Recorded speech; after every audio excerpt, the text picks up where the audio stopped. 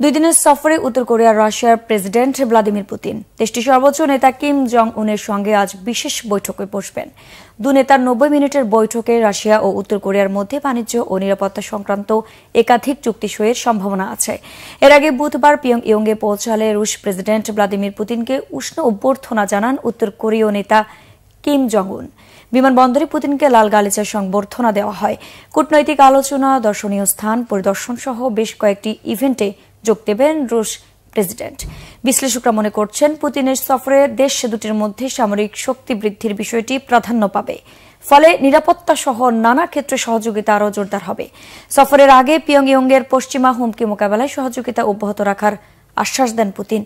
রুশ প্রেসিডেন্টের সফর সঙ্গীদের মধ্যে রয়েছেন রুশ পররাষ্ট্রমন্ত্রী সের্গেই ল্যাভরভ, প্রথম উপপ্রধানমন্ত্রী ডেনিস মান্টুরভ, উপপ্রধানমন্ত্রী আলেকজান্ডার নোভাক সহ বেশ কয়েকজন উচ্চপদস্থ কর্মকর্তা।